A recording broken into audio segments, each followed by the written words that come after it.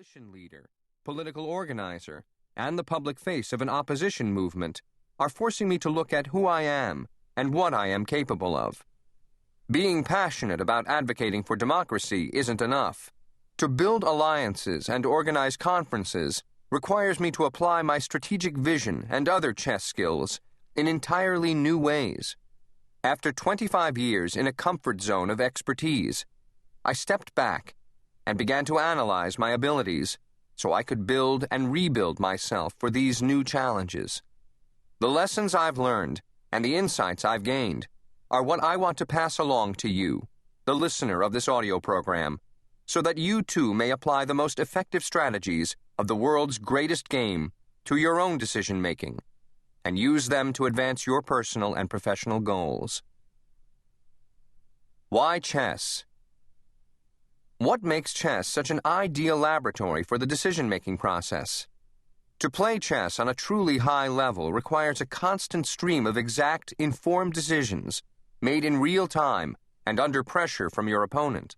What's more, it requires a synthesis of some very different virtues, all of which are necessary to good decisions: calculation, creativity, and a desire for results. If you ask a grandmaster, an artist, and a computer scientist what makes a good chess player, you'll get a glimpse of these different strengths in action. Emanuel Lasker of Germany, the second world champion, once observed, "Chess is above all a struggle."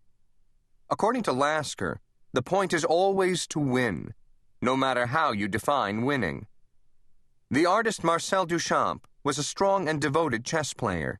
At one point, he even gave up art for chess, saying the game has all the beauty of art and much more. Duchamp further affirmed this aspect of the game by saying, "I have come to the personal conclusion that while all artists are not chess players, all chess players are artists." And it is true that we cannot ignore the creative element, even though we have to harness it to the primary objective of winning the game. Then we come to the scientific aspect, the one most non-chess players tend to overemphasize: memorization, precise calculation, and the application of logic. These are the bedrock of chess and also of good decisions. Having spent a lifetime analyzing the game of chess and comparing the capacity of computers to the capacity of the human brain, I've often wondered, where does our success come from? The answer is synthesis. The ability to combine creativity and calculation, art and science, into a whole that is much greater than the sum of its parts. Chess is a unique cognitive nexus, a place where art and science come together in the human mind and are then refined and improved by experience. This is the way we improve at anything in our lives that involves decision-making, which is to say, everything. It is not at all surprising that the language of chess has insinuated itself into so many other pursuits.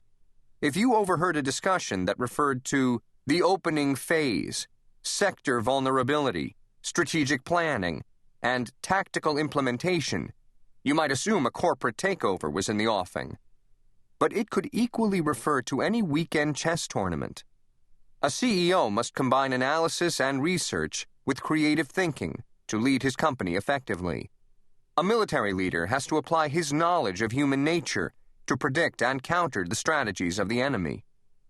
Of course, the fields of the business and military worlds are limitless compared to the confined 64 squares of the chessboard.